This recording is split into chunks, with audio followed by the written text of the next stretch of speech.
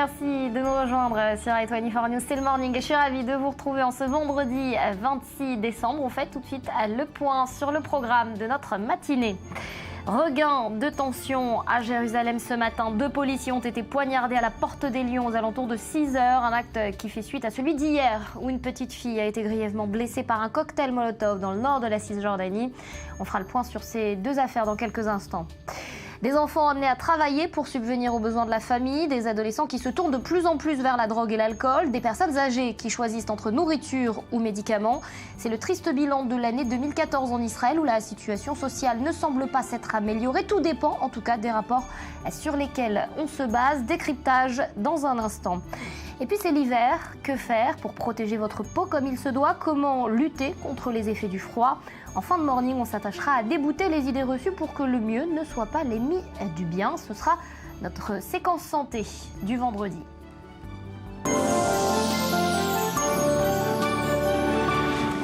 Voilà donc pour l'essentiel des points dont nous parlerons, notamment avec notre panel d'invités. Avec nous, Gilles Darmon, président de l'association La Tête. Bonjour, merci d'avoir accepté notre invitation ce matin. Daniel Haïk, nous sommes également en votre compagnie, ainsi que celle de Maurice Fergan.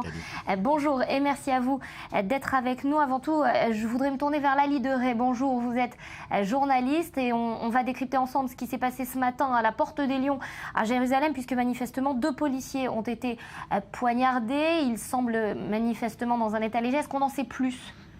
Non, ce qu'on sait, c'est qu'il y a donc 2 policiers, un de 19 ans et un de 30 ans. C'est pas vraiment des policiers, en fait, ce sont des gardes frontières qui étaient placés pour surveiller l'endroit. Ils ont été poignardés, un au cou et un à la main. Ils sont tous les 2 légèrement blessés. On n'en sait pas beaucoup plus pour l'instant. Voilà, alors autre affaire qui s'est produite, celle-là hier en début de soirée, Ayala Shapira, c'est le nom de cette petite fille de 11 ans qui a été grièvement blessée par un cocktail Molotov au nord de la Cisjordanie, à Maale Shomron. Est-ce que son pronostic vital, Lali, est toujours engagé? Oui, le pronostic vital est toujours engagé, même si les médecins ont dit cette nuit qu'il y a eu un léger mieux pendant la nuit.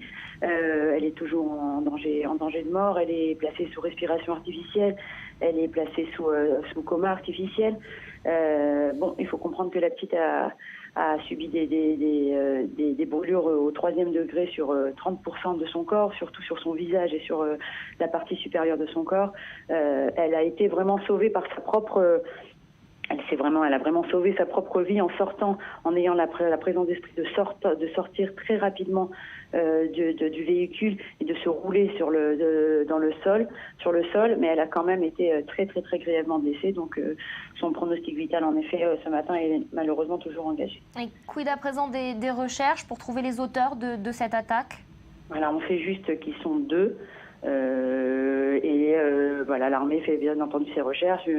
Elle est soutenue par les renseignements militaires et le Shin Bet qui fait son travail pour essayer de recueillir des renseignements, pour essayer de comprendre qui a jeté cette bouteille incendiaire. Mais il faut pas comprendre que la semaine d'avant, une autre bouteille incendiaire était lancée sur la mère de famille. Donc c'est pas quelque chose qui est, c'est pas un événement rare dans cette région. Ça arrive à peu près tous les jours que des bouteilles incendiaires et des pierres soient jetées sur les voitures. Donc les renseignements vont avoir beaucoup de travail pour essayer de retrouver le ou les responsables de cet attentat. Merci Lali Deray pour ces précisions quant à ces 2 affaires. Daniel Haïk, est-ce qu'on peut s'attendre à une escalade de violence en ce vendredi et ce week-end également? On repose régulièrement ce genre de questions. Il faut surtout remarquer qu'au cours des dernières semaines, après qu'on ait beaucoup parlé de la relance d'une 3e intifada, eh bien, la situation s'était quelque peu calmée. En tout cas, à Jérusalem, elle s'est, on peut dire, relativement calmée. On n'a pas vu d'attentats plus graves que ceux qui avaient été recensés au mois d'octobre, les attentats à la voiture bélier. Il faut voir, ce sont effectivement à nouveau des actes, probablement des actes isolés. Et ils interviennent dans un contexte, on va dire, diplomatique et politique différent. C'est qu'on est dans une initiative de la part des Palestiniens auprès des Nations Unies et pas dans un discours, on va dire, d'un discours virulent de Mahmoud Abbas autour du mont du Temple, comme on l'avait entendu justement au moment des fêtes de Tishri, des fêtes du début de l'année hébraïque. Donc là, on est dans un contexte diplomatique plus favorable. Il faudrait voir qui sont les responsables de ces actes. Est-ce qu'il y a derrière cela, il y a un discours de la part, par exemple, du Hamas qui vise à attiser la tension, ce serait dans l'intérêt du mouvement terroriste, parce qu'on l'a vu aussi, par exemple, dans le sud, il y a eu aussi un regain de tension avec un tir d'un sniper en direction d'une patrouille israélienne il y a de cela 3 jours. Donc, est-ce que le Hamas veut avec un changement de ton tout de même, avec la même rhétorique toujours, le Hamas veut peut-être tant dans la bande de Gaza qu'à l'intérieur de la Cisjordanie, de la Judée-Samarie, essayer de montrer que c'est lui qui mène la lutte, on va dire entre guillemets, face à Mahmoud Abbas. Un Mahmoud Abbas qui lui a une initiative diplomatique, le Hamas veut montrer qu'il reste le garant de la lutte sur le terrain. Et peut-être que ce sont les messages qui sont diffusés, soit dans les mosquées, soit dans différents cercles palestiniens, qui poussent certains Palestiniens isolés, on va dire entre guillemets, à agir de la sorte.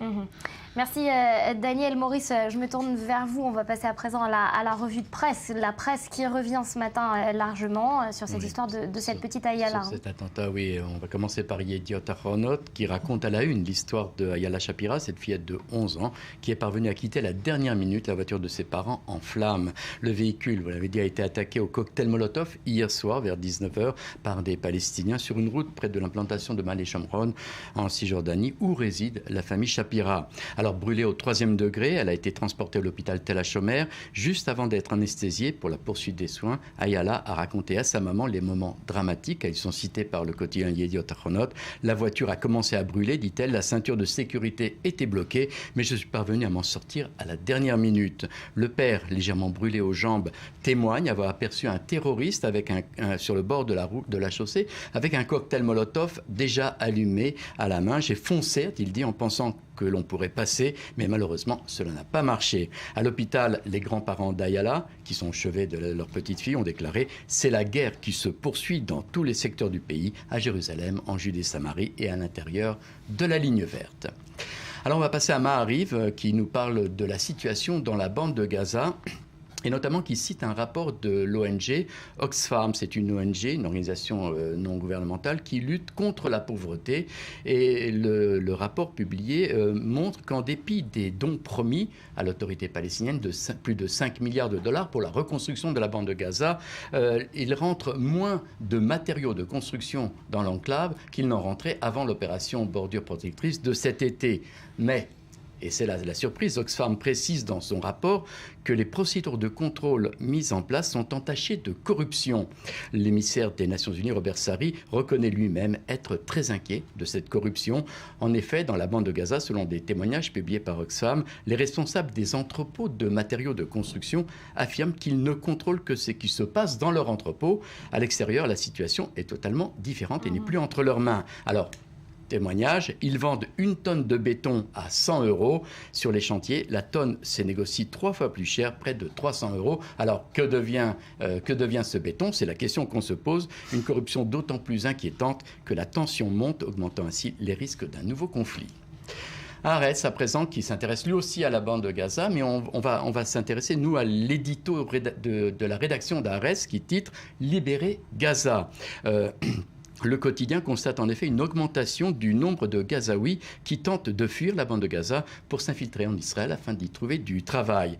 Pour cela, ils prennent des risques terribles à être pris sous le feu de Tsahal, ce qui montre, affirme la rédaction de Haaretz, à quel point ils sont devenus désespérés. Et cela prouve aussi que l'on ne peut plus considérer la question dans la bande de Gaza uniquement du point de vue sécuritaire. Près de 50% des Gazaouis, écrit le quotidien, sont au chômage, 70% des familles bénéficient de l'aide humanitaire et 120 000 personnes sont toujours sans abri et attendent la reconstruction. Alors, au rythme où les matériaux de construction entrent dans la bande de Gaza, il faudra presque une décennie pour réhabiliter ce qui a été détruit, écrit Haaretz. Alors voilà, Daniel, ça aussi c'est une donnée importante quant à la position, la situation en ce moment à Gaza. D'abord, effectivement, c'est-à-dire les promesses de dons ne sont pas des dons, et peut-être qu'on en reparlera par la suite, mais en tout cas les promesses de dons ne sont pas les dons, mais effectivement sur les 5,4 milliards de dollars qui ont été promis par la communauté internationale, on va dire 600, 500 millions ont déjà été honorés. Et quelque part, le Hamas, et je parlais tout à l'heure de cet accrochage qui s'est produit et de ces volontés en fait, de démonstration de force de la part du Hamas de ces dernières semaines, il y a à travers ces démonstrations de force une volonté du Hamas de se rappeler auprès de la communauté internationale, lui dire vous avez pris des engagements, essayez de les honorer pour que nous puissions reconstruire Gaza. Maintenant, effectivement, les systèmes qui auraient dû être mis en place, des systèmes de contrôle, d'observation de la part de la communauté internationale qui devaient être mis en place, n'ont pas été mis en place en l'absence d'un accord véritable là-dessus. Et donc cela finalement remet sur le devant de la scène une situation que l'on a connue, cette situation de corruption qui fait que les Israéliens, eux, continuent de permettre au ciment et aux matières premières, en tout cas, de passer, mais finalement, à la fin, eh bien, ça n'arrive pas. Et il est probable qu'une partie de ce ciment arrive encore à nouveau aux responsables terroristes qui utilisent pour la construction de tunnels. Le tunnel, le Hamas le confirme, nous avons repris la construction des tunnels, disent les responsables du Hamas, et c'est peut-être grâce à cela, à cette corruption. On continue avec le Jerusalem Post et la politique intérieure qui, malgré tout, on a des élections prochaines le 17 mars. Alors, au regard de la vaste affaire de corruption qui touche les responsables du parti Israël Beitenu, le Jerusalem Post publie aujourd'hui un sondage peu encourageant pour Avigdor Lieberman. La semaine dernière, ce parti était crédité de 8 sièges. Aujourd'hui, Israël Beitenu tombe à 5, une chute vertigineuse si on sait que le parti aujourd'hui a 13 députés. Alors, la publication de cette affaire de corruption est-elle politique et a-t-elle pour objet de porter atteinte au parti Israël Beitenu, comme le pensent ses responsables? Oui, 44% affirment les sondés. Non, 40%, vous voyez, les Israéliens sont partagés. Alors, sur une échelle de 1 à 10, qui sont les leaders politiques les plus corrompus, a demandé le Jerusalem Post. Lieberman plafonne à plus de 7. Netanyahou, Livni et Lapid sont légèrement au-dessus des 5. Enfin, les moins corrompus aux yeux du public, dans l'ordre, Carlon, 3, Bennett, 3,5 et Herzog, 4, vous voyez. Alors, parallèlement, le Parti travailliste et le Likoud continuent leur progression et restent au coude à coude.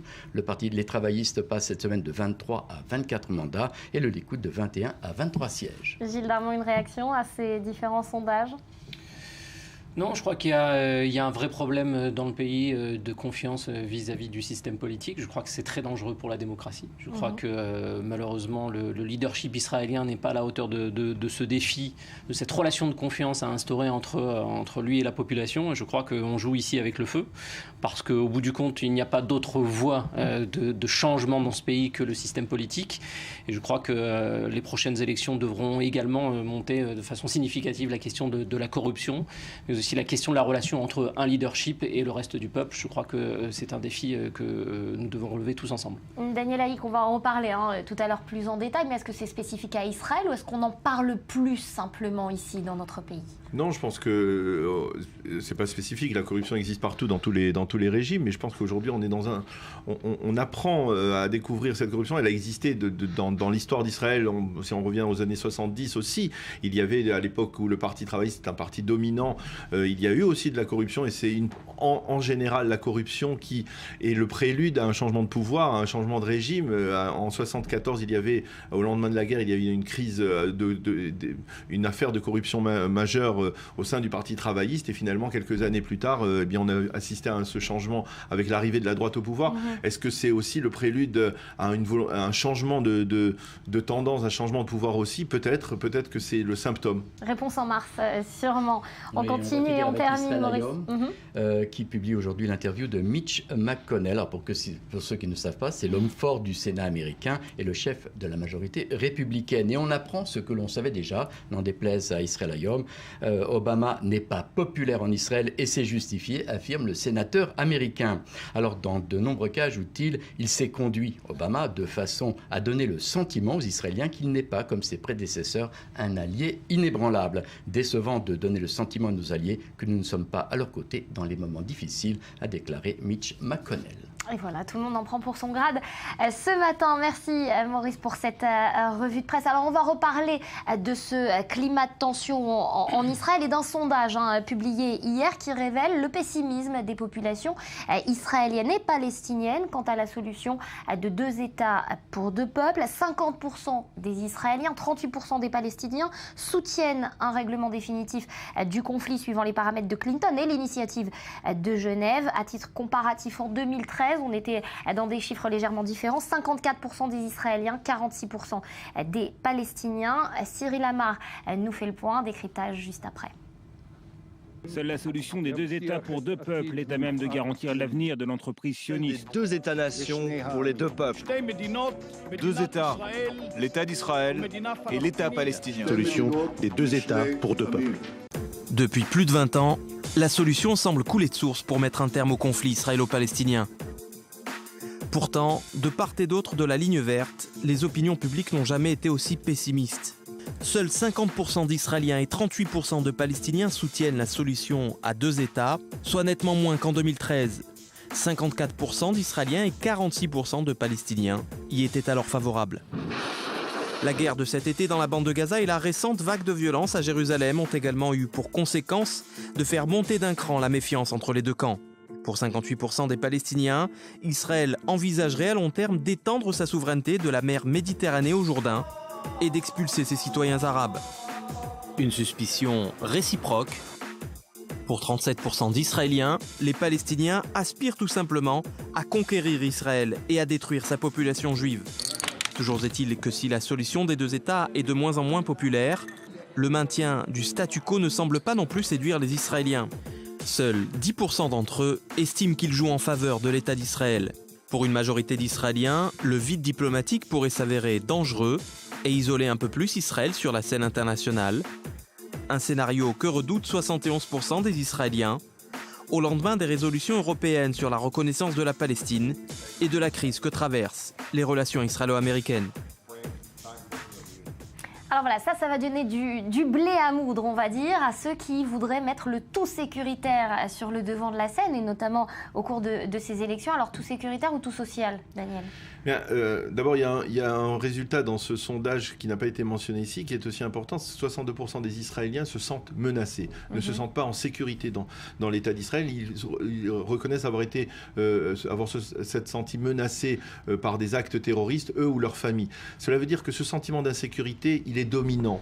Et je crois que quelque part, tant que ce sentiment d'insécurité sera dominant, tant qu'il n'y aura pas de solution au conflit israélo-palestinien, eh bien, le problème social restera en retrait. Même si effectivement, on en parle beaucoup parce qu'il y a une période dans l'année en Israël, le mois de novembre ou décembre, où sont publiés effectivement tous les rapports sur la pauvreté. C'est un phénomène qui remonte aux alentours il y a une quinzaine d'années que cela a commencé.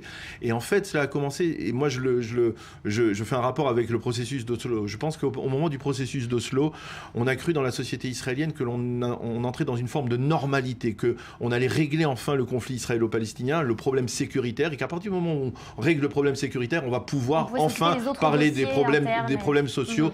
Or, en fait, on a mis sur le tapis le problème social, mais on n'a pas encore résolu le problème sécuritaire. Et quelque part, qu'on le veuille ou non, et on l'a vu lors de la précédente consultation électorale en 2013, qui était consécutive à la révolte sociale de 2011, eh bien, le problème sécuritaire est resté dominant. Alors, c'est vrai qu'il y a des partis comme le parti de Carlon, qui sont des partis qui ont un message social, mais quelque part, lorsque l'Israélien est derrière l'isoloir, lorsqu'il met son bulletin de vote, eh bien, il pense avant tout à sa sécurité. Alors, il y a eu d'autres sondages aussi qui mettaient un peu en exergue le fait, par exemple, que Carlon était l'un des députés qui votait le moins social, le moins de lois sociales. En tout cas, c'est des sondages qui sont parus récemment. Gilles Darmon, ce binôme, ce duel, presque, si j'ose dire, on va y avoir droit jusqu'à la fin des élections, plus qu'aux autres élections ?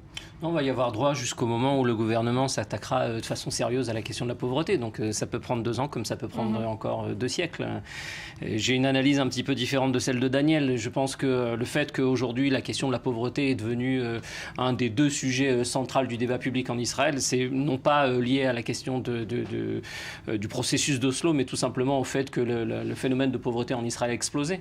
Quand, d'après les chiffres, cette fois-ci du Bitoach Leumi, de la sécurité sociale israélienne, nous avons rajouté à peu près 1 million de pauvres en l'espace de 10 ans dans la société israélienne, ça a une signification lourde en termes d'égalité, de justice et de la façon dont fonctionne cette société israélienne. Moi, j'ai une version un petit peu différente du slogan 2 peuples, 2 États. Je pense qu'on le vit déjà sur la question sociale.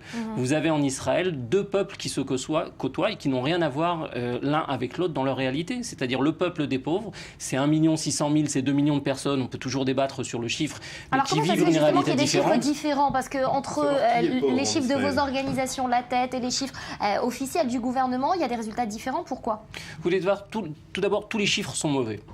Qu'est-ce que je veux dire par là ? Je veux dire qu'on n'a pas encore trouvé la technique idéale pour mesurer la question de la pauvreté. La question de la pauvreté est une question subjective, est une question difficile à appréhender, une question sur laquelle les sociologues travaillent depuis 50 ans, depuis 100 ans. On n'a pas encore trouvé l'outil idéal pour le mesurer. Donc chacun va venir, que ce soit la sécurité sociale, le Bitoach Leumi ou des organisations comme l'organisation La Tête, avec une façon d'appréhender cette question. Le Bitoach Leumi a choisi de l'appréhender par rapport aux entrées, aux revenus des populations pauvres, des familles pauvres. Nous avons choisi du côté de La Tête d'appréhender cette question du côté des dépenses. Et c'est tout ce qui fait la différence entre les chiffres de l'organisation La Tête et les chiffres du Bitoach Leumi. Ce ne sont pas 2 chiffres ou 2 rapports qui s'opposent, ce sont 2 rapports qui se complètent. Et finalement, quand on regarde les chiffres un petit peu plus en profondeur, on va voir qu'on arrive exactement au même résultat, le Bitoach Leumi et l'organisation La Tête. Je voudrais citer un chiffre. Si nous prenons le chiffre global du côté de l'organisation La Tête et du rapport alternatif sur la pauvreté que nous publions depuis 12 ans maintenant, ce n'est pas la première fois, nous arrivons à peu près 31% de la population israélienne qui vit dans une situation de pauvreté. Quand vous prenez les chiffres de la sécurité sociale israélienne, le Bitoach Leumi, avant distribution des aides de l'État, ils arrivent exactement au même point. 31% de la population, selon le Bitoach Leumi, vit en état de pauvreté. Alors après, ce que le rapport de La Tête met en évidence, c'est que les aides de l'État finalement ne changent pas radicalement la réalité d'une famille pauvre. Daniel ? Si c'était vrai, effectivement, c'est-à-dire les données, difficile de les contredire, mais il faut répondre à une question. Comment expliquer que Binyamin Netanyahou, qui a été le ministre des Finances, qui a coupé en 2004 de manière radicale les allocations familiales, qui a réduit l'aide de l'État à la population, aux populations nécessiteuses, comment expliquer que Binyamin Netanyahou soit aujourd'hui encore Premier ministre, soit aujourd'hui encore celui qui dirige, qui gère, on va dire, entre guillemets, l'économie israélienne, si effectivement la population sentait qu'il était responsable, eh bien elle aurait dû le désavouer. Si elle sentait qu'il était le responsable au niveau social, des problèmes sociaux, elle aurait dû le désavouer. Or, on voit que finalement, Binyamin Netanyahou est resté très fort. Il est Premier ministre depuis plus longtemps que n'importe quel autre Premier ministre. Cela veut dire que finalement, aujourd'hui encore, malgré tout, l'élément sécuritaire reste dominant. Même s'il y a effectivement des problèmes, regardez, c'est-à-dire comment expliquer que le Likoud continue à obtenir tant de soutien de la part des couches sociales les plus défavorisées. Il y a là une contradiction que l'on n'arrive pas à s'expliquer. J'aimerais bien peut-être que Gilles peut l'expliquer. Notre vision des choses est que les choses sont en train de changer. Si on prend la dernière Knesset, la plupart, il y a eu 50% de membres du Parlement qui sont des nouveaux membres du Parlement. Si vous faites une analyse de ces 50% nouveaux membres du Parlement, la plupart sont issus du mouvement social. La grande majorité des nouveaux députés de la dernière Knesset étaient des gens qui faisaient partie du mouvement social. Donc il y a une traduction politique à un moment ou à un autre de l'intérêt du pays sur la question sociale. Ça, c'est la première chose. La deuxième chose, le débat politique en Israël est structuré autour des compétences de nos politiciens. Et malheureusement, aujourd'hui, nous avons une abondance de générales, de gens qui sont spécialistes des affaires étrangères, spécialistes de la sécurité, etc. Beaucoup moins qu'avant. Regardez le Parti travailliste, ils ont du mal à trouver un général. Ça change, mais en tout cas au Likoud, je dirais que la compétence première, c'est d'abord la sécurité, et que finalement le débat public se structure autour de la compétence de nos politiciens. Et je pense qu'il est important que ça change. Ça commence à changer, c'est une bonne chose. Mais... La troisième chose, le troisième élément, c'est que je pense que la tendance est inverse. C'est-à-dire que la tendance va vers la question sociale. Si nous depuis 12 ans, nous surveillons l'opinion publique sur cette question-là, on lui demande, bon, au bout du compte, importante. Quel est le sujet le plus important en Israël? C'est la question sécuritaire, c'est la question iranienne, c'est la question de l'éducation, est-ce que c'est la question du social et de la pauvreté? Et depuis 5 ans maintenant, y compris le dernier sondage que nous avons fait immédiatement après la guerre à Gaza, le sujet principal de l'opinion israélienne, c'est le sujet de la pauvreté. Oui. Combien de temps ça prendra pour se traduire en résultats politiques? Oui, parce que Dieu seul le sait. En résultat politique, regardez ce qui s'est passé il y a quelques mois. Il y a eu la guerre à Gaza. Il était question de parler dans le budget 2015 d'une réduction drastique des budgets de la défense nationale. Il y a eu la guerre à Gaza. La défense nationale, Tsahal a réclamé une rallonge de plusieurs milliards de shekels et elle a obtenu de la part de Benjamin Netanyahou cette rallonge. C'est-à-dire, ces 5 ou 6 milliards de shekels viennent au détriment donc, du problème social. Oui, mais je ne pense pas que ce soit le résultat d'un mouvement démocratique. Je crois que c'est ce supplément de budget vis-à-vis de la défense est quelque chose qui s'est fermé entre 3-4 personnes au gouvernement et qui n'est pas le résultat des demandes ou des attentes du public. Absolument pas. Oui, mais si le public ne désavoue pas ceux qui sont responsables de cette... On verra dans 3 mois. Voilà. Alors, quelle doit être la position du gouvernement? Puisque, vous l'avez dit, les subventions, ça aide pas forcément, en tout cas, pas forcément pour une résolution de ce problème. Il y en a une de solution à ce problème? On commence à penser qu'il y en a une. Cette année, il est quand même arrivé quelque chose d'extrêmement positif sur la question sociale en Israël. C'est la commission de lutte contre la pauvreté qui a été mise en place par le ministre des Affaires sociales, à la tête duquel s'est trouvé notre ami Eli Elalouf. La commission Elalouf qui rentre dans le parti Kahlon. On lui souhaite bonne chance, même s'il a décidé de traverser la ligne rouge. La commission Elalouf et les 50 membres de la commission dont j'ai fait partie ont défini un roadmap extrêmement clair de mesures à prendre pour lutter contre la pauvreté. Alors très concrètement, ça donne quoi? Très concrètement, ça donne toute une série de mesures. Il y en a à peu près 200, on ne va pas les détailler, mais ça passe de la création de centres d'accueil d'enfants en bas âge 2 jours, à travers l'augmentation des subventions pour les personnes âgées, à travers l'augmentation du nombre de travailleurs sociaux. Tout un tas le rapport fait 200 pages. J'espère qu'on aura l'occasion d'en reparler plus tard. Mais ce qui est important, c'est de dire qu'aujourd'hui, on sait concrètement quoi faire pour diminuer significativement la pauvreté en Israël. Et on sait combien ça coûte. Ça coûte 7 milliards de shekels. Est-ce qu'on en a la volonté? 7 milliards de shekels, c'est exactement le supplément des dépenses sécuritaires que Benjamin Netanyahou a accordé cet été, pour des raisons qui me semblent encore moins inconnues. Moi, je peux donner une raison, je peux donner peut-être une explication. Je crois que quelque part... pour les fonds nécessaires pour la défense nationale, ce n'est que l'État qui peut les fournir. Les fonds nécessaires pour le social, eh bien, ce n'est pas seulement l'État, c'est la population elle-même qui peut les fournir. C'est-à-dire il y a dans la société israélienne une véritable solidarité sociale. C'est-à-dire, ça veut dire que il y a dans la société israélienne, il y a des organisations comme la Tête ou d'autres organisations qui se mobilisent, qui ont créé. À partir du moment où le gouvernement s'est démobilisé face à l'aide sociale, c'est un phénomène qui est notable depuis les 20 dernières années. Il y a démobilisation au niveau social. Eh bien, ce sont les organisations, ce sont la population. C'est la population elle-même qui a pris la relève. C'est exactement là le problème, Daniel. C'est peut-être le problème. C'est-à-dire que de dire que... Messieurs, on va devoir arrêter. Merci beaucoup. On en reparlera, et pas seulement en cette fin d'année. Merci à vous d'avoir été avec nous. Daniel, vous restez en notre compagnie. Dans quelques instants, on recevra Michel Kishka. On fera le tour de l'actualité avec lui en dessin. C'est à suivre après un tout nouveau journal. À tout de suite.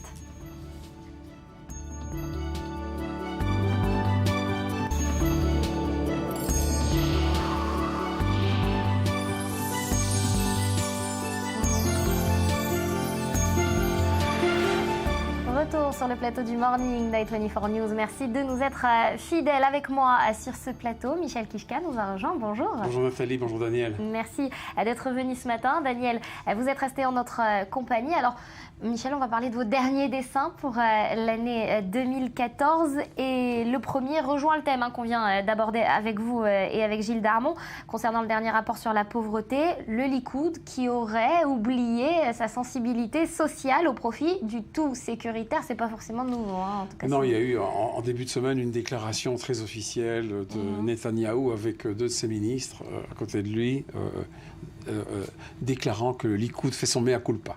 Voilà, on a oublié la sensibilité sociale et j'ai trouvé ça tellement cynique. Et ça a tellement des relents, mais des mauvais relents.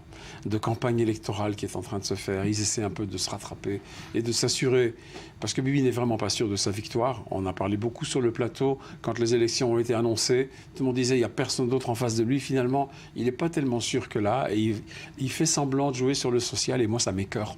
Alors voilà, donc je dessine un peu cette déclaration. Je ne vais pas donner les noms des deux acolytes qui sont à côté, de toute façon vous allez les oublier. Bon allez d'accord, c'est Steinitz et Elkin, mais c'est pas la peine de les retenir. Alors il dit voilà, on a deux nouvelles, une bonne et une mauvaise, et Netanyahu dit la mauvaise, on a oublié notre sensibilité sociale, et Elkin dit la bonne, on n'a pas oublié le cynisme et le culot. Voilà, et vraiment, franchement, s'il y a des Israéliens qui vont marcher à ce genre de propagande, je les plains.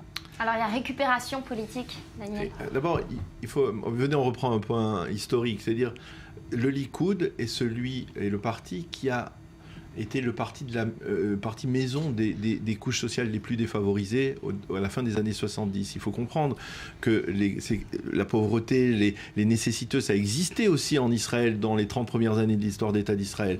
Et ces nécessiteux, ils en ont eu, on va dire, ils ont eu beaucoup de profonde rancœur, une profonde critique envers les pères fondateurs de l'État d'Israël, envers le parti travailliste qui les a mis de côté, qui les a placés dans des villes de développement. Et quelque part, Menachem Begin, qui était aussi une personnalité avec un agenda sécuritaire, n'a pas oublié. Et il a su susciter ces voix de l'électorat séfarade de l'époque, de l'électorat nécessiteux, on va dire, de l'électorat faible, ce que l'on appelait le second Israël à l'époque, et il a réussi à les mobiliser. Et c'est en donnant des places à des gens comme, aujourd'hui on parle de Meir Shitrit, mais même d'autres jeunes qui étaient des jeunes loups de la politique israélienne, que, si on veut, cette population s'est sentie à trouver sa maison, à trouver son foyer politique au sein du Likoud. Alors trouver ce foyer, c'est difficile une fois qu'on a trouvé son foyer, c'est difficile de le quitter. Daniel, moi j'étais en Israël en 77 au moment de ces élections, et je me souviens de la surprise qu'ont eu beaucoup des électeurs quand ils ont appris que Begin n'était pas marocain mais qu'il était polonais d'origine. Voilà. Il était tellement populaire qu'ils étaient sûrs que lui aussi était originaire d'Afrique du Nord, alors qu'il n'y avait pas plus polonais possible que Begin. Mais ça, c'est tout simplement pour un peu blaguer là-dessus. Non, mais c'est vrai, on ne va pas raconter toute l'histoire d'Israël. C'est difficile d'abandonner ce foyer, oui. Même si effectivement, le propriétaire a changé d'opinion, d'approche, et même si aujourd'hui on est dans une approche totalement capitaliste. Vous savez, on est dans un État d'Israël qui a commencé avec un socialisme à outrance, qui a poursuivi avec un capitalisme à outrance, et peut-être que l'heure est venue, et peut-être que ces élections seront des élections charnières à ce niveau-là, pour essayer de trouver quelque part une forme de socialisme plus digne. De juste milieu, de troisième voie. Voilà, de troisième voie. Moi, j'aurais tendance à dire même de socialisme juif. Qui est celui qui sait tenir compte à la fois de la veuve et de l'orphelin et de l'étranger aussi. D'accord. Voilà, donc les propositions de Daniel pour ces prochaines élections. Alors, autre critique à présent, mais on change de continent. Elle s'adresse cette fois à Sony Pictures avec The Interview, qui finalement fait flop. Oui. Beaucoup de bruit pour pas grand-chose. Oui, c'est vrai. Vous savez, ça fait quoi? Ça fait 10 jours qu'il y a le buzz, ou peut-être un peu plus sur tous les médias. Et bon, là, j'ai vraiment fait ce dessin la veille de la projection du film dans 200 salles aux États-Unis. Donc, il y avait eu quand même toute une mayonnaise qui avait été montée.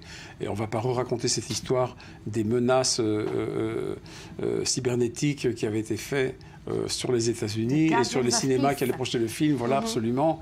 Et puis, bon, il s'avère que le film, je ne l'ai pas vu, mais d'après ce que disent les critiques, vraiment, sont assez unanimes, il est loin des attentes. C'est une espèce de comédie assez basse.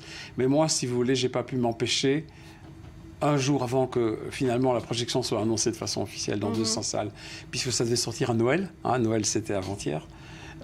J'ai pas pu m'empêcher de faire Kim Jong-un en train de marquer dans le Sunset Boulevard d'Hollywood, ça marque, et finalement ces deux mains sortent deux têtes de mort, et à mon avis ça résume un peu toute cette histoire. Et j'ai lu énormément de critiques, notamment de George Clooney, mais pas uniquement de lui, de la manière dont les États-Unis ont géré cette crise. Même Obama a critiqué finalement cette décision de Sony. Bref, tout le monde connaît déjà l'histoire, mais il faut quand même bien la marquer d'un dessin. Et voilà, c'est ce que je propose. C'est le premier film, si je ne m'abuse, qui va sortir directement sur YouTube. Voilà. Et alors, il y a eu plusieurs propositions même de le reprendre. Hein. Je sais que l'écrivain Paulo Coelho avait également proposé de racheter le film, de le distribuer bénévolement. Enfin, voilà. D'accord. C'est pas mal. Allez, on va prendre la direction à présent de la France. On reviendra dans quelques instants en Israël et on parle de cette vague de tension qui a secoué l'Hexagone également. On va parler sémantique également dans quelques instants. Alors, on lit d'abord et on regarde votre dessin. Alors, je pense que vigilance, il faut le voir avec un AN et pas EN. C'est une petite faute d'orthographe que j'ai corrigée sur mon blog, mais pas à l'antenne. Alors, là, le Père Noël qui dit aux 3 policiers, on redouble de vigilance vis-à-vis des déséquilibrés et des islamistes compris. Alors, il y a un des flics qui dit, oui, mais comment on voit la différence? Et finalement, j'ai essayé un peu de résumer dans ce dessin ce qui s'est passé en France ces 10 derniers jours. Avec d'abord bon, ça s'appelle encore comment cette ville-là Jouer les forêts. Jouer les. Bref, je l'ai écrit sur l'affiche. Et Dijon et Nantes. Il y a donc. Alors, est-ce qu'il faut considérer qu'un attentat isolé de quelqu'un qui se précipiterait avec un couteau ou une voiture bélier en criant Allah Akbar, est-ce que c'est plutôt un islamiste ou est-ce que c'est plutôt un déséquilibré? Alors, c'est pas seulement un problème de sémantique, hein. Il y a tout un état d'esprit, une politique, une intonation également derrière assez forte. Il y a une volonté, je crois, il y a un embarras d'abord des autorités françaises par rapport à cette situation. Cette manière de dire systématiquement ce sont tous des déséquilibrés, comme si un asile psychiatrique avait délibérément ouvert ses portes pour permettre à ces patients de quitter et de commettre ce genre d'actes. Cela reflète l'embarras des autorités qui ne savent pas comment faire face à ce genre d'attentats, à ce genre d'actes. En Israël, on a vu aussi, nous avons été confrontés ici en Israël à ces voitures béliers, mais quelque part, je crois que dans la société française ou dans la société européenne, pour élargir, il y a une volonté de repousser tout ce qui est attentat, tout ce qui est terrorisme, tout ce qui est conflit, tout ce qui est guerre. Et lorsque cela arrive sur le territoire français ou sur les territoires européens, eh bien, on est désemparé. Et là, on est dans la phase d'incertitude de la part des autorités. Certains disent il ne faut pas perdre panique, mais d'autres disent, comme Manuel Valls, que jamais la France n'a connu un tel danger. Donc cela reflète également aussi le paradoxe, la situation le paradoxe des autorités. Cette latence des autorités françaises, c'est ça aussi que vous avez voulu mettre en exergue dans votre dessin. J'ai l'impression qu'on ne sait pas vraiment comment gérer cette situation, tout simplement. Et on a tellement peur aussi de stigmatiser des populations entières. Parce que c'est vrai, il y a toujours ce danger. C'est-à-dire, je pense que Valls, il ne veut pas faire le jeu du FN. Pour lui, la chose la plus simple, c'est justement d'avoir dit que ce ne sont pas des actes isolés de gens déséquilibrés, mais que bon, c'est encore l'expression d'un certain islam extrémiste dans les rues de France. Et là, bon, il y a aussi tout un problème de la manière dont la France, mais aussi d'autres pays en Europe, il n'y a pas que la France. En Angleterre, ils ont aussi des problèmes semblables. Comment ils gèrent cette volonté d'intégration et comment les sociétés musulmanes d'Europe, et celle de France, elle est très importante, comment elles se désolidarisent par rapport à l'islamisme extrémiste, qui n'est pas leur religion, et ils le disent, mais peut-être pas suffisamment fort, ou pas depuis assez longtemps. Donc il y a quelque chose qui est en train de se faire, qu'il faut suivre et qui est intéressant. Et est-ce que c'est de nature à modifier quelque peu la position de l'Occident face à ce qui se passe, par exemple, en Israël? Parce qu'on a beaucoup posé la question hier sur les plateaux de télévision israéliens. Les Israéliens se posent la question, est-ce que finalement, ce que connaissent... Voilà.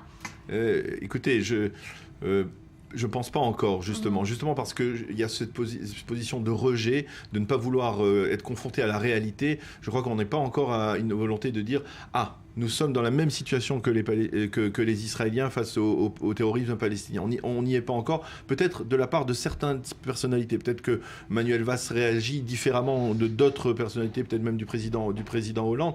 Mais on n'y est pas. Je crois qu'on n'y est pas encore de ce point de vue-là. Vous savez, quand il y a des attentats comme ça, qui soient antisémites ou qui soient islamophobes, par exemple, quand c'est antisémite, ça ne devrait pas être la communauté juive de France qui manifeste dans les rues. Ça devrait être la société civile française dans son entièreté.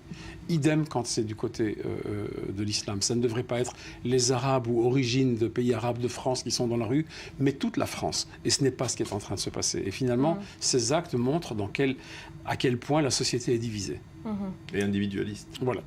et la stigmatisation dangereuse. Retour en Israël à présent, vous avez décidé de mettre en image finalement l'affaire de corruption, ou en tout cas les soupçons de corruption qui éclaboussent une fois de plus, si j'ose dire, le parti d'Avigdor Lieberman, Israël Beiteinu. Ah bah oui, parce que vous savez, quand la nouvelle est tombée, c'était quand, avant-hier, j'ai vu que c'était à la une des journaux français. Hein, je pense que les observateurs étrangers qui suivent un peu les élections à venir en Israël savent que Israël Beiteinu, le parti de Lieberman, va avoir un rôle très important à jouer, en tout cas dans la formation du prochain gouvernement. Et finalement, cette affaire qui éclate fait à tout le monde se poser la question, qu'est-ce qui va arriver à Israël Beiteinu, de quelle manière est-ce que, ou non, oui ou non, Lieberman va parvenir à surmonter ça, parce que c'est une tâche énorme. Vous savez, la police, ça fait 2 ans qu'elle enquête, il arrive que la police se trompe, mais si elle ne se trompe pas, ça risque d'être fatal à Israël Beiteinu. Et c'est peut-être pas un mal pour la société israélienne, ça c'est mon point de vue.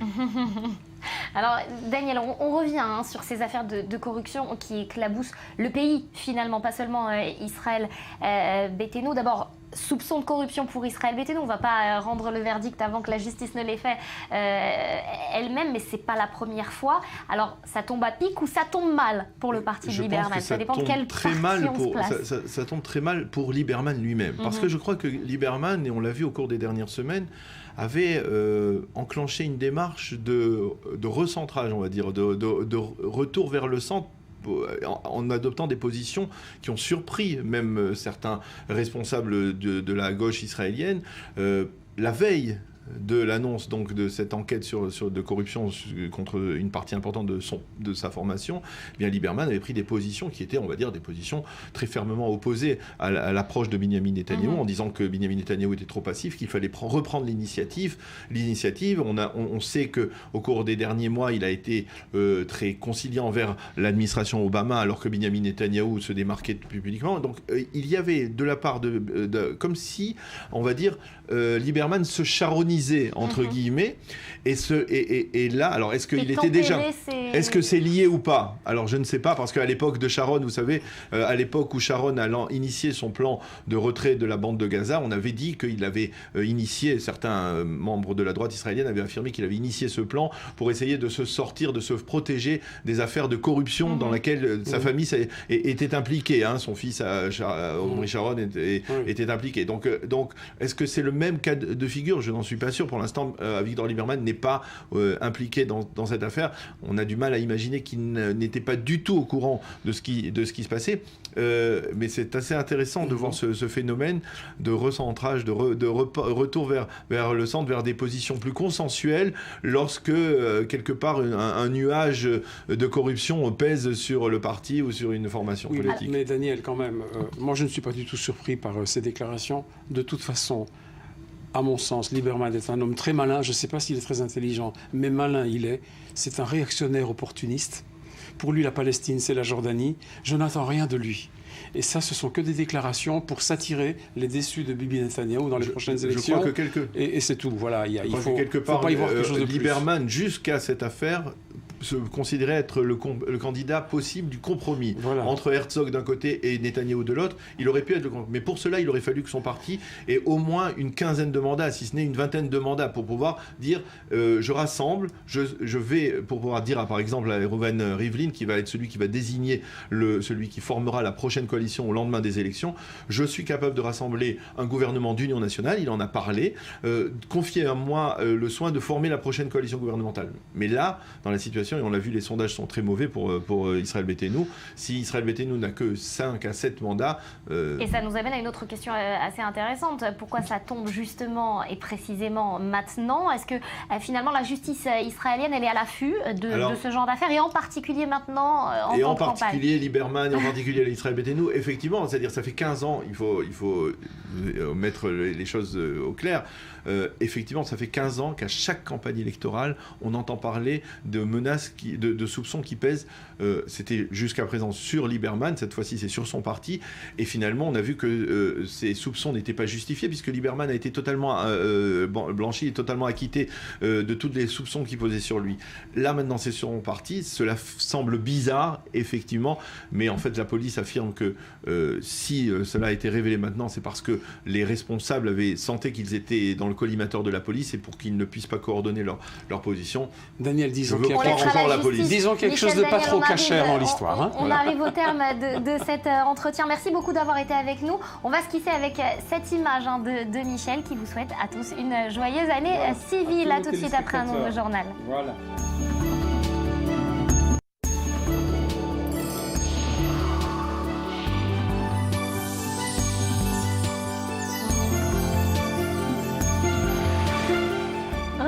Sur le plateau du Morning, on démarre ensemble cette deuxième heure d'information. Avec nous sur ce plateau Bethsabée Salem. Bonjour. Bonjour Nathalie. Merci de nous avoir rejoints ce matin. Maurice Fergan, vous êtes resté en notre compagnie. Alors, à Bethsabée, on va s'intéresser à l'actualité en 5 clics. C'est votre chronique. Le premier d'entre eux, c'est le message du pape, son traditionnel Urbi et Orbi. Oui, tout à fait. C'est le message à retenir pour les chrétiens du monde depuis hier et pour la plupart des médias aussi, notamment les médias italiens, vous en doutez. Alors le pape condamne notamment la violence faite aux enfants, les enfants victimes d'abus, les enfants tués avant même de voir la lumière, les enfants massacrés. Comme le reste de la presse italienne, la Stampa y a consacré une large place, un message particulièrement touchant, nous explique-t-elle cette année, des paroles fortes, même si, comme les autres, eh bien, il est revenu aussi sur les guerres, sur la nécessité de faire la paix et de protéger les minorités religieuses. Et pour accueillir ce message, eh bien, hier, la place Saint-Pierre à Rome était littéralement grouillante de monde. La Repubblica insiste, 100 000 fidèles. Le message du pape François était très attendu, c'est le moins qu'on puisse dire, et il semblerait que les 10 fidèles n'aient pas été déçus. Alors, ouais, vous le dites, puisque la place Saint-Pierre grouillait le monde, et parmi eux, certaines personnes qu'on a plus remarquées que les autres. Oui, tout à fait. Alors, le Parisien rapporte qu'une militante du groupe féministe qui proteste contre l'opposition de l'Église à l'avortement et à l'union libre, vous aurez compris, il s'agit des Femen, est montée ce même jeudi, donc jour de Noël, sur la crèche installée sur la place Saint-Pierre. Alors, pour y avoir vécu, je peux vous dire qu'il n'y a pas beaucoup de monde qui s'aventure dans la crèche. Alors, qu'est-ce qu'elle a fait? Eh bien, elle a exhibé ses seins, par exemple. Photo à l'appui, vous voyez celle du Parisien qu'on a élégamment floutée ce matin. Alors, mais pas seulement, elle a couru vers la crèche, elle a volé un des centrons, celui de Jésus, tant qu'à faire, tout en hurlant des slogans contre l'Église, écrit le site Affari Italiani. Sur ses seins, écrit « God is woman », Dieu est femme. Alors, c'était quand même plus tard que le message Urbi et Orbi, mais quand bien même, la place était encore très garnie, selon les observateurs. Alors, elle a été rapidement interpellée par la gendarmerie vaticane, qui quand même avait plus ou moins le sourire aux lèvres, on a vu sur les photos. Qui a dû l'attraper quand même. De Maurice. Quelle dure tâche pour les policiers et la garde vaticane. Allez, on se rend en France, un autre style d'indignation.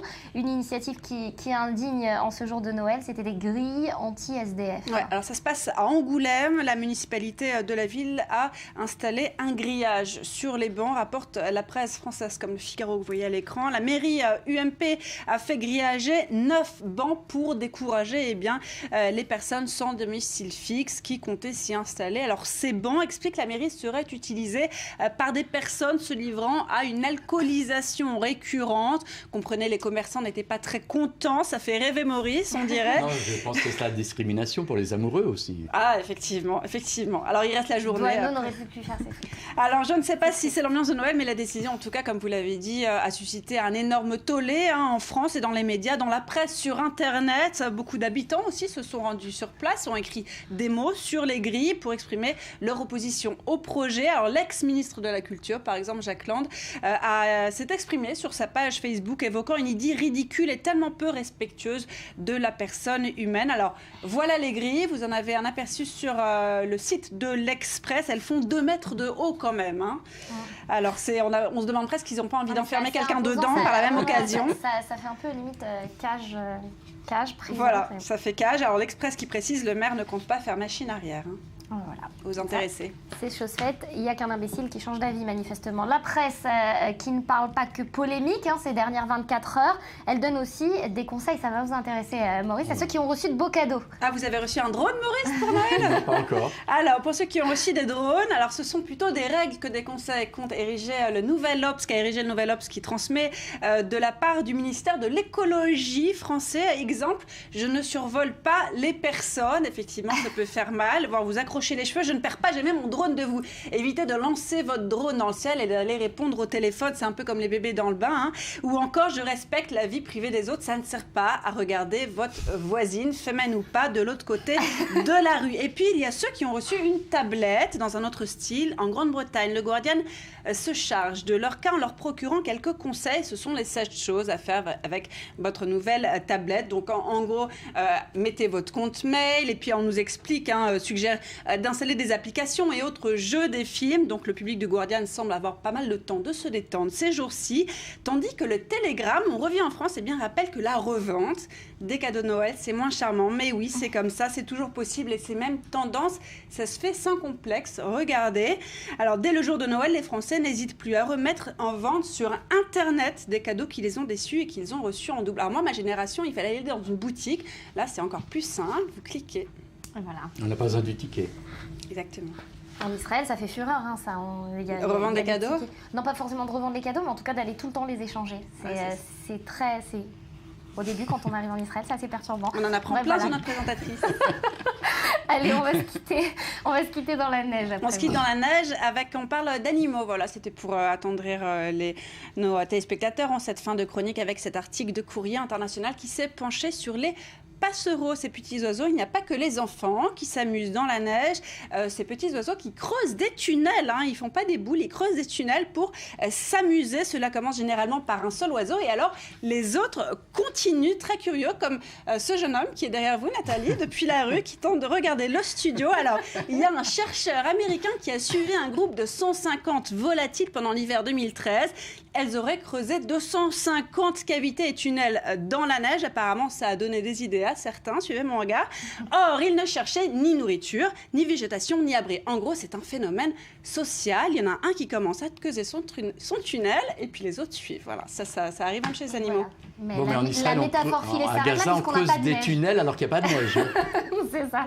On arrêtera la métaphore ici. Merci beaucoup, Betsabe, pour cette littérature.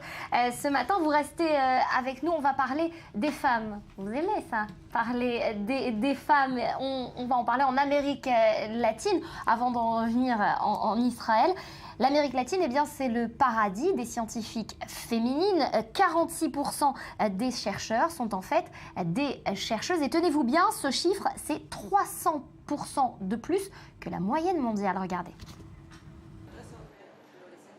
Des couleurs qui font parler leur vérité, des chiffres exploités.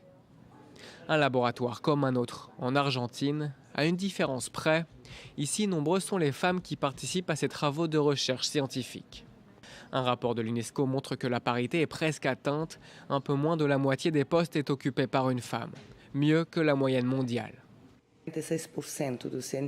Aujourd'hui, 46% des scientifiques en Amérique latine sont des femmes. C'est un taux relativement élevé, le plus élevé dans le monde. Et c'est une statistique intéressante car elle reflète la politique de la région qui s'efforce de promouvoir une carrière scientifique pour les femmes. L'Amérique latine se montre au reste du monde comme un exemple de bonne pratique. Au Brésil, plusieurs programmes avaient incité l'insertion des femmes dans les domaines de la science. Ces résultats sont perçus comme une réussite de ces initiatives. Pourtant, plusieurs experts mettent en garde. Les femmes n'ont pas toujours accès aux postes les plus élevés. Il n'y a pas assez de modèles féminins. Quand vous pensez à un scientifique, l'image qui généralement vous vient à l'esprit est celle d'un homme. Donc nous devons promouvoir davantage la formation de femmes scientifiques dans les écoles, comme cela se fait par divers projets dans les écoles secondaires. Les femmes doivent présenter des conférences, être en avant. Selon le rapport dévoilé cette semaine, la décision de créer une famille est l'un des freins qui gênent la progression des femmes dans le domaine de la science. Alors voilà, on sent que ce sujet a beaucoup intéressé Betsabe, la progression des femmes en tant que féministes. Maurice, répondez pour alors moi. Justement, alors, ode aux femmes, Maurice, qui mieux que vous peut parler des femmes. On va parler des élèves filles arabes israéliennes qui obtiennent des résultats similaires finalement aux garçons juifs israéliens. De quoi, c'est un peu compliqué, mais de quoi finalement relever la moyenne. Relève la moyenne et relève le défi. C'est ça qu'on va voir. Tout d'abord, il faut expliquer une chose, c'est qu'en Israël, le système scolaire est divisé en différents secteurs. Le secteur israélien qui accueille pour la majorité, pratiquement 90%, que des juifs. Alors dans ce secteur israélien, il y a le secteur laïque, le secteur religieux et le secteur orthodoxe. Les Arabes, eux, ont leur propre réseau d'enseignement qui est indépendant, un secteur arabe. Voilà. Donc le ministère de l'Éducation en Israël calcule les résultats du bac en fonction de ces différents secteurs et en règle générale, on sait que les élèves arabes ont de moins bons résultats au bac que le secteur juif israélien. Alors ça rejoint les disparités sociales dont on parlait tout à l'heure avec Gilles Darmon, entre les ultra-orthodoxes et les arabes israéliens qui ne sont pas forcément en Voilà, ça c'est la première chose. Alors premier point important, dans le secteur arabe, 90% des jeunes filles arabes se présentent aux examens du bac, alors qu'il n'y a que 70% des garçons arabes qui se présentent aux examens. Donc déjà, elles sont plus persévérantes. Ça va, on peut être fiers à la place, hein. Non, je ne préférerais pas le dire. Ensuite, seuls 50% des filles arabes finissent par obtenir le bac. Et c'est déjà mieux que les garçons arabes qui, eux, ne sont que 30% à obtenir le bac. Vous voyez qu'il y a encore une différence entre garçons et filles dans le secteur arabe. Moi, j'ai toujours entendu que les filles, c'était plus... Voilà. Elles bavardent de plus, mais elles sont meilleures. Mais il ne faut pas trop le dire. Bon, mais pour comparaison, il faut que vous sachiez que 60% des garçons juifs obtiennent le bac. Elles ne sont que 50% des filles arabes. C'est-à-dire que c'est encore moins bien que les garçons. Maintenant, est-ce qu'on peut revenir sur cette dernière donnée? On est un peu dissipé avec Betsalé parce qu'on est très content d'agiter le drapeau rouge. Voilà. Il y a 50% des jeunes filles arabes qui obtiennent le bac dans le réseau scolaire arabe. Il y a 60% des garçons juifs qui obtiennent le bac. Donc c'est un peu moins bien que les garçons juifs, mais c'est beaucoup mieux que les garçons arabes qui ne sont que 30% à obtenir le bac. Ça veut dire que d'une manière générale, si les résultats du bac sont moins bons dans le secteur arabe, les jeunes filles arabes s'en sortent mieux que leurs garçons. On est d'accord, c'est le même bac. C'est le même bac. Voilà. Maintenant, la question est que on ne peut pas comparer les deux secteurs de la même façon. Ça veut dire qu'on comparerait une population nantie, socio-économiquement stable, avec une population beaucoup moins nantie et où l'aspect socio-économique est plus problématique. Donc, ce qui voudrait dire que finalement ici, il y a un certain effacement de ces disparités au profit des jeunes filles. Donc certains chercheurs, et notamment Noémie Friedman-Sokoler de l'Institut Van Leer, a fait une pondération en fonction des facteurs socio-économiques et a découvert que finalement les filles arabes dans le système scolaire arabe sont aussi performantes que les garçons juifs dans le système scolaire juif. En gros, si vous mettez les garçons juifs dans le secteur arabe, ça serait n'importe quoi. Non, ça serait comme leurs collègues arabes, comme les garçons arabes, ils seraient assez défavorisés. Donc, lorsqu'on efface les différences sociales, on se rend compte que les jeunes filles arabes sont aussi bonnes que les garçons juifs, qui sont assez performants. Maintenant, encore une donnée surprenante, que lorsque l'on compare maintenant en termes de matière, on se rend compte que les jeunes filles arabes sont meilleures que les garçons juifs dans les matières scientifiques. Et là, c'est une surprise. C'est-à-dire qu'en mathématiques, elles cartonnent. En bio, en physique, ça marche beaucoup mieux que les jeunes garçons juifs. Ne me demandez pas pourquoi. Mais est-ce qu'on a comparé les profs? Peut-être que les profs sont meilleurs aussi. Hein, généralement, vu mais alors, ils seraient meilleurs pour les filles et pas pour les garçons? Non, généralement, non. Un tout petit peu de sérieux. Généralement, vu l'investissement qui est fait dans les réseaux scolaires, qui est pratiquement un tiers supérieur dans le système scolaire juif que dans le système scolaire arabe, les professeurs sont censés être meilleurs dans le système juif que dans le système arabe. Or, apparemment, les filles s'en sortent beaucoup mieux dans le secteur arabe. Alors, il y a eu de récents rapports en Israël qui disaient que finalement, les écoles où l'argent affluait le plus, et notamment les écoles particulièrement religieuses, par exemple, n'étaient pas forcément les écoles qui recevaient les meilleurs résultats au baccalauréat notamment. Maintenant, il faut savoir une chose, c'est qu'il y a la meilleure école du pays où il y a les meilleurs résultats, eh ben, c'est une école arabe. J'ai oublié son nom, mais c'est une école arabe qui se trouve, je pense, vers Nazareth. C'est surprenant. Il y a des choses assez surprenantes. Peut-être qu'il faudra un jour aller étudier la question et essayer de comprendre pourquoi des minorités, finalement, sont plus performantes que la majorité qui se laisse plus ou moins porter par ses succès, par une situation socio-économique assez stable et assez bonne. Donc là, encore, en même temps, vous l'avez dit, ça concerne les filles et pas les garçons arabes. Une chose à noter, c'est que, encore une fois, si on compare secteur avec des pondérations socio-économiques, les filles arabes sont plus importantes à s'inscrire dans les sections scientifiques que les garçons arabes.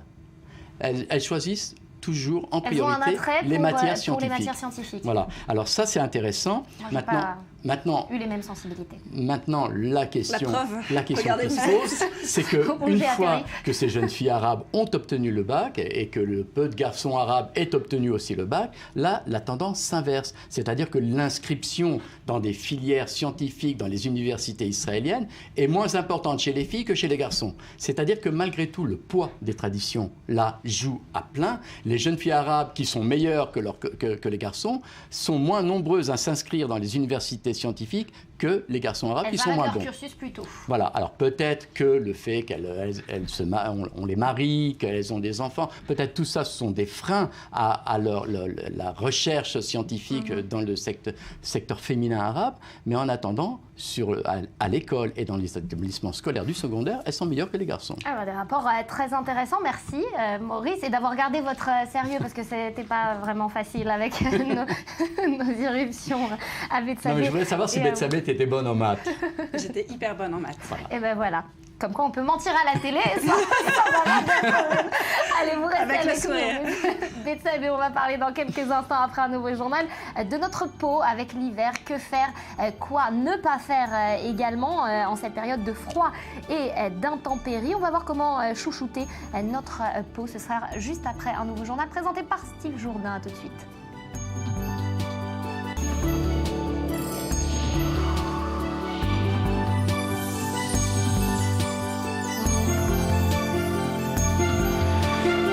Retour sur le plateau du Morning d'i24 News et on va parler santé à présent pour notre chronique hebdomadaire avec vous Bethsabée, avec le dermatologue également Luc Selimovic. Bonjour et merci de nous avoir rejoints ce matin. Marie Chek, vous êtes avec nous comme chaque vendredi. On parlera culture dans quelques instants et l'art avec une culture minimaliste et maximaliste. On va en parler en cette fin d'année, ces deux rigueurs. Mais avant toute chose, notre peau. Alors je dois vous dire en dehors du plateau, on a eu un vrai scanner de notre peau en 2 temps 3 mouvements. C'était vraiment très très rapide de la part de Luc Selimovic. Allez, plus sérieusement, en plein hiver, on le sait, la peau est agressée. Hydrater la peau, d'accord, mais avec quoi? Crème nourrissante, crème hydratante, c'est quoi la différence? Qu'est-ce qu'on doit acheter?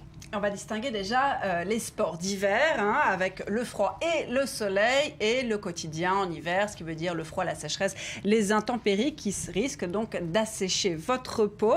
Dans le premier cas, on conseille bien sûr un écran total, j'imagine, une forte protection solaire en tout cas. Dans le deuxième, une crème qui va protéger votre peau de la sécheresse, une sécheresse dont vous serez plus ou moins victime en fonction bien sûr de votre type de peau de départ. Alors il existe 3 types de peau. Vous avez les peaux normales pour les petits chanceux qui ne sont ni trop grasses ni trop sèches. Vous aurez vaguement des parties brillantes sur le front, le nez et le menton. Exactement. Bien appelé. Alors au maximum, vous aurez une sensation d'inconfort sur les joues si elles ne sont pas suffisamment hydratées. Vous avez les peaux grasses ou mixtes.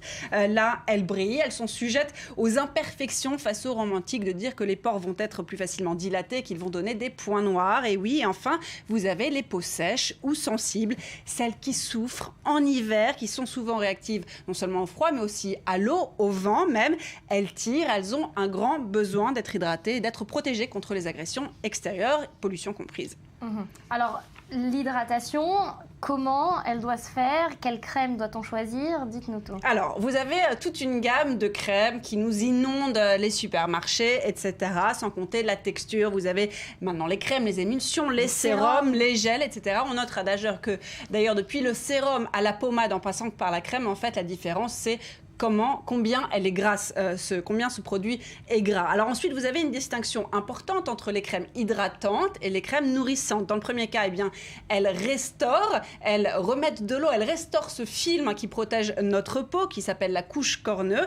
Ça hydrate la peau, ça l'assouplit, ça la rend plus souple et elle n'est plus tiraillée. Dans le deuxième cas, vous avez la crème nourrissante. Et pour les peaux qui sont plus sèches, elles apportent du gras, ces crèmes, et non pas de l'eau. Ou alors de l'eau et du gras. Et alors, ça permet à votre peau, qui est peut-être même rugueuse, de l'assouplir aussi et de la détendre. À noter que pour les peaux qui ont un aspect ridé, eh bien, cette hydratation va atténuer cet aspect. Alors, c'est quoi les risques si on utilise un produit trop gras? Alors, vous avez des risques même d'acné. En tout cas, vous allez produire trop de sébum. Alors après, toujours dans la diversité de ces crèmes, vous avez les crèmes régénératrices, etc. Alors, il faut toujours faire la part du marketing ou pas. Et puis, vous avez les crèmes de jour ou de nuit. Là aussi, spécialement hydratantes ou pas. Je me tourne vers notre spécialiste. Je ne sais pas s'il y a une grande différence entre les crèmes de jour et de nuit. J'ai succombé, j'ai essayé, je ne vois pas la différence. Mais dites-nous. Alors, juste pour compléter ce que vous avez dit, qui me semble très important, il ne faut pas oublier que ce n'est pas parce qu'on est en hiver qu'il n'y a pas d'UV.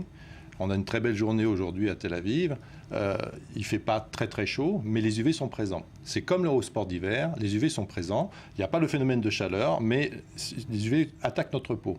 Donc le plus important, tout d'abord, c'est de mettre un écran solaire, et un écran solaire haute protection si possible. Tous les jours ? Tous les jours, lorsqu'on est à Tel Aviv avec une journée de ce type-là, il faut mettre ça tous les jours le matin.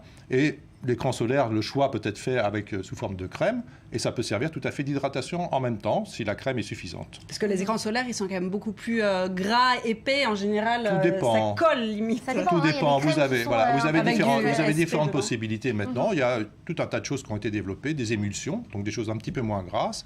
Vous avez des crèmes, vous avez aussi des huiles ou des huiles sèches maintenant, c'est tout à fait un peu à la mode, l'huile sèche. C'est vrai que le problème des huiles auparavant, c'était quand vous appliquiez et vous mettiez un vêtement, c'était un peu désagréable au niveau du vêtement. Maintenant, vous avez des huiles sèches qui permettent effectivement de s'habiller immédiatement derrière. Qui ne laissent pas de dépôt. Et si on se maquille, on met un écran et on se maquille par-dessus. On met un écran et on peut se maquiller par-dessus, ça pose aucun problème.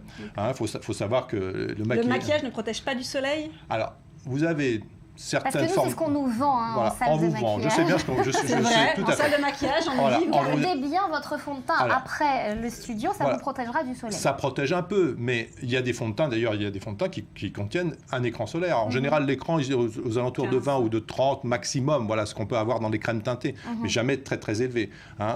On a une classification des écrans, c'est 50+, au-delà de 50, c'est de la haute protection. Encore une fois, la terminologie écran total n'existe pas.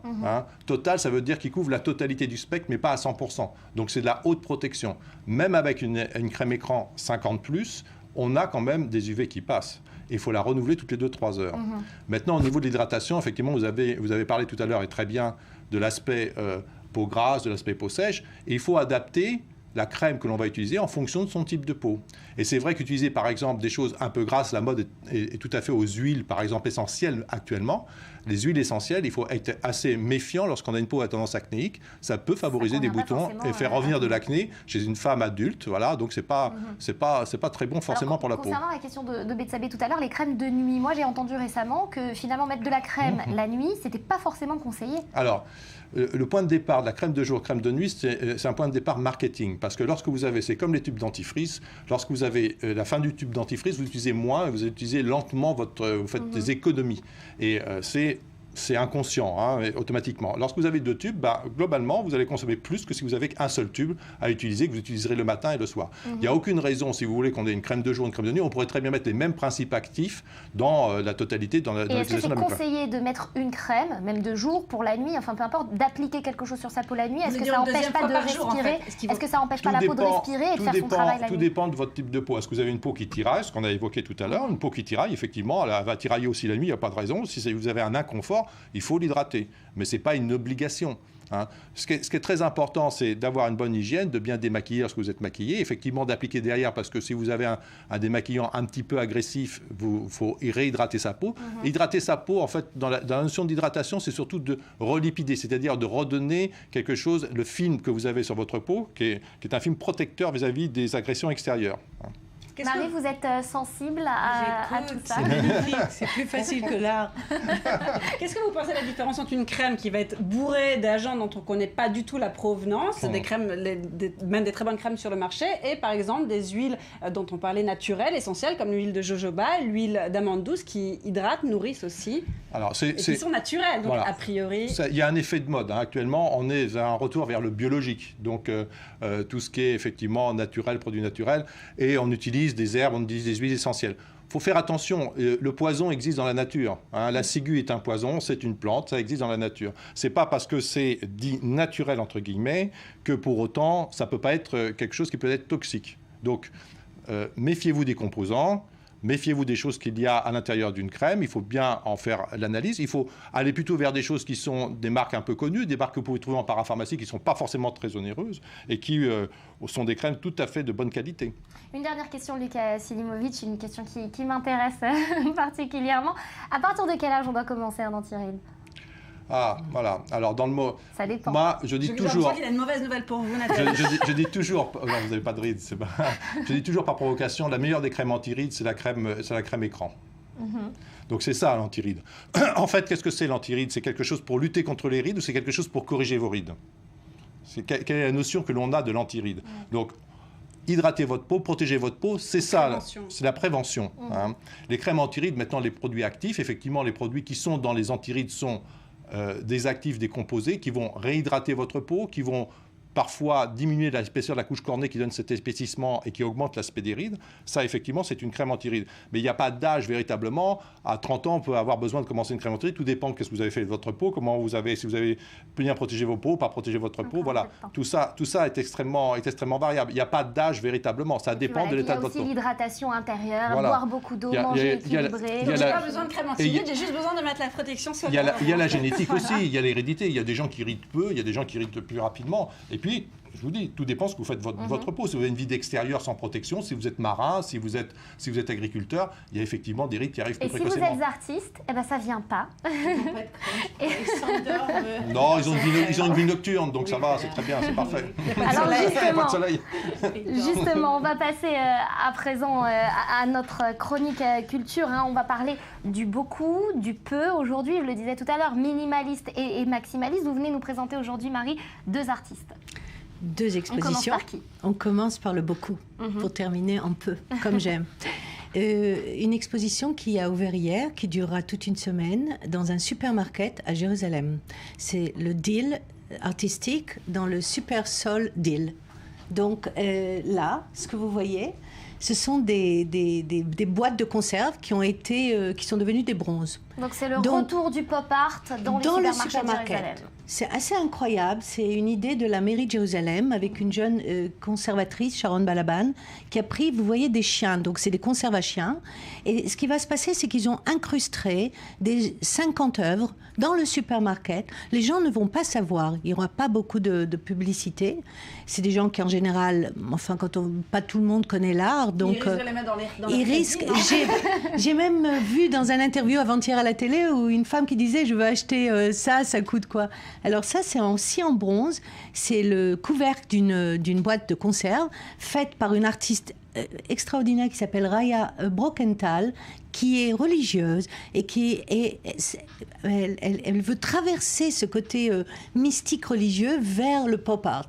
Et donc tout son art touche ces 2 médias et veut devenir plus populaire. Et d'une certaine façon, la consommation reine Exactement. En Israël. Et pendant cette semaine, il y aura 23 artistes performers, il y aura des écrivains, il y aura des musiciens. La fête au Supersol. C'est l'art à l'envers. En général, on est élitiste, on est dans le white cube, on est très peu, on est très chic, on est très snob. Et là, on amène l'art vers... Une façon de démocratiser, Tout à fait, de voir l'approche de gens... un petit peu l'art. Tout à fait, c'est de voir le rapport. Vous voyez, il y a une très belle peinture au milieu, entre les cornflakes. Ce que j'ai adoré, c'est pour ça que j'en parle aujourd'hui, c'est la liste des artistes. C'est pas parce que c'est dans un supermarket, ils ont choisi parmi les 10 vraiment meilleurs artistes en Israël. Et c'est ça que j'ai aimé. Shai Azoulay, c'est un peintre Alors ça, magnifique. on peut le voir à Jérusalem. Oui, vous pouvez le voir toutes les heures d'ouverture à Jérusalem pendant une semaine jusqu'au 1er janvier.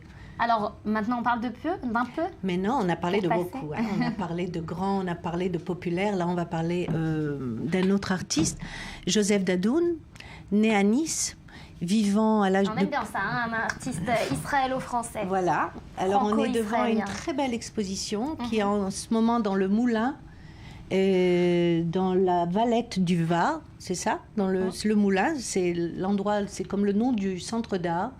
Et cet artiste, Joseph Dadoun, vous voyez ici, il y a ce white, c'est pas le white cube, c'est le kiosque, le kiosque noir.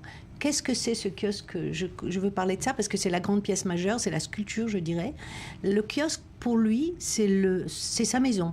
C'est éphémère. Il a toute sa vie bougé entre Ofakim, qui est une ville dans le sud du pays, qui est près de Gaza, qui est bombardée, il entend le son tout le temps des sirènes et des bruits de la guerre. Qui est considérée comme une ville de développement. Tout à fait, presque sous-développement, je dirais. Et lui a trouvé un refuge dans cette cabane, je dirais. Il ne vit pas dans la cabane, mais il a reconstruit son self à travers cette cabane qui est éphémère, qui est temporaire. C'est aussi une citation à Malevich, un grand artiste russe qui parlait de white, le black sur black. On faisait des peintures noires sur noir, on disait qu'est-ce qu'il veut. Il a voulu transporter ça en 3 dimensions. Et cette cabane noire, ce kiosque noir, cette fête des Sukkot, je dirais, la fête des Juifs, où on vient, on s'installe pendant une semaine, où la Kaaba, l'endroit le plus sacré des musulmans, c'est un lieu interculturel. Il aimerait que les gens passent dedans et à travers pour parler de la paix. C'est un dialogue à la paix. À part ça, il a pris la pita, les pitotes, le pain. Il dit que c'est Moyen-Orient. Il les a peints en noir ou il les a gardés en blanc. Et il a créé un jeu des photographies. Et il a créé un jeu de bergamone, je dirais, et avec des dés où c'est comme si que le hasard pouvait changer l'histoire et de la société. Alors voilà, il y a toujours dans ses expositions et dans son travail cette dualité entre Occident et Orient, hein, ces 2 origines qu'il représente lui-même, et puis aussi ce fait qu'il est devenu artiste, mais il aurait pu devenir rabbin finalement, puisqu'il a fait des études rabbiniques et il a longtemps oscillé entre les deux. Je crois qu'il est un peu des deux et c'est pour ça qu'il est assez exceptionnel. Et si vous voyez, il y a des palmiers en haut. Et les palmiers, c'est l'ombre. Il dit qu'il fait tellement chaud dans tous ces cabanes, dans tous ces endroits sacrés, ça protège d'en haut et du bas. Et cette cabane noire va passer au musée d'art contemporain à Rome et va arriver à Tel Aviv. Donc elle va être elle-même éphémère, itinérante. Et vous voyez, c'est vraiment très beau, très chic, très minimal. Et ça évoque beaucoup de succès en France ces jours-ci. Voilà donc pour Joseph Dadoun, qu'on aura peut-être l'occasion de recevoir sur ce plateau. Merci beaucoup, Marie, d'avoir été avec nous. Merci à Betsabé, merci à Luc d'avoir été en notre compagnie ce matin et de nous avoir donné tous ces petits conseils pour passer l'hiver. Le morning est donc terminé pour ce matin. Dans quelques instants, vous retrouvez Steve Jourdain pour un tout nouveau journal. Excellente journée sur i24 News et bon week-end.